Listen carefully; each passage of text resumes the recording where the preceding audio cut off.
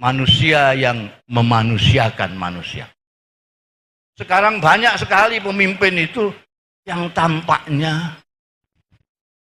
seperti manusia, tapi nggak ngerti manusia. Kalau tidak seperti dia, dianggap tidak manusia. Jadi ukurannya manusia itu dia. Mentang-mentang dia ahli wiridan, ada orang datang minta ijazah. Saya kok sumpek dada saya, buat saya dikasih wiridan. Ya ini baik, ini dibaca habis sembahyang ya. Ayat kursi ini dibaca habis sholat 35.000 kali ya. Ini meskipun diundang kiai, dia nggak ngerti manusia. Karena ukuran manusia dirinya sendiri. Sekarang banyak orang ukurannya dirinya sendiri dan memanusiakan manusia. Kanjeng Nabi Muhammad Shallallahu Alaihi Wasallam itu ngerti manusia. Ini ada yang TK, bahkan ini PAUD, ini SD, ini SMP, ini SMA, ini perguruan tinggi. Gus Dur juga begitu. Tidak semua orang diomongi Gus Dur sama. Nggak seperti nggak usah nyontohkan orang sini.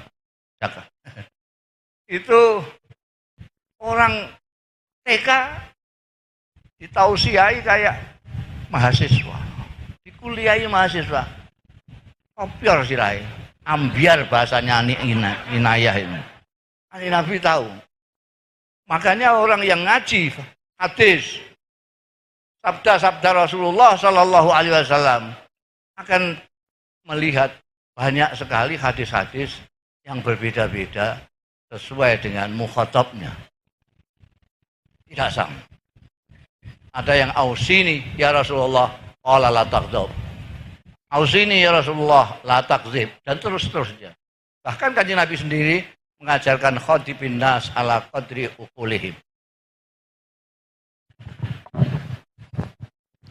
Tadi saya baca muqaddimah, tadi saya pakai alladzi khalaqal mauta wal hayat liyabluwana ayyuna ahsanu amala. Saya iktibas surat Tabarak. Jadi Tuhan menciptakan hidup dan mati ini untuk menguji kita.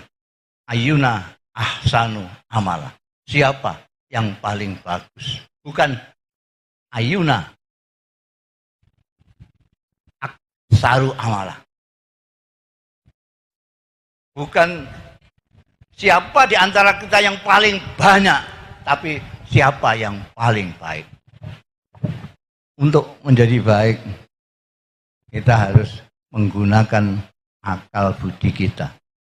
Untuk menjadi baik, kita menggunakan akal budi kita. Sehingga sampean bisa lihatlah. Sampean jangan lihat tampilannya saja, citranya kok gagah, kok galak, kok hebat. Tapi lihatlah dari sisi kemanusiaannya. Niki manusia ta ora? Sebab orang yang paling dimuliakan, makhluk yang paling dimuliakan oleh Allah adalah manusia. Balaqad karramna bani Adam. Saya di Jakarta jadi dalil terus nih. Biasanya kalau di daerah-daerah saya tidak pernah dalil. Daripada ditanya nanti dalilnya apa. Di sini kan dalil hadis ya kudu sahih. Sahih apa dhaif gitu. Oh yo.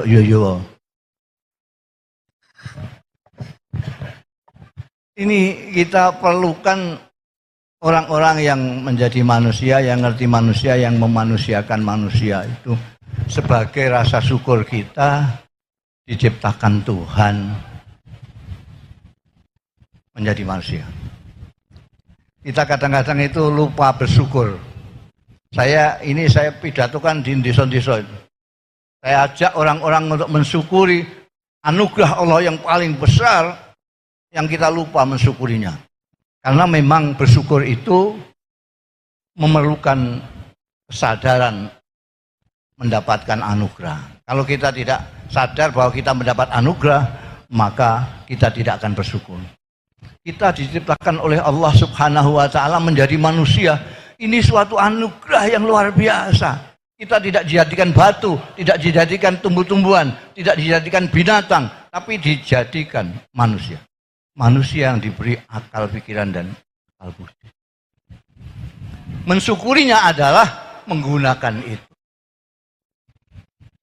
Makanya Gus Dur itu semuanya menjadi kecil karena dia dekat dengan yang menciptakan manusia, Allah Subhanahu wa Ta'ala.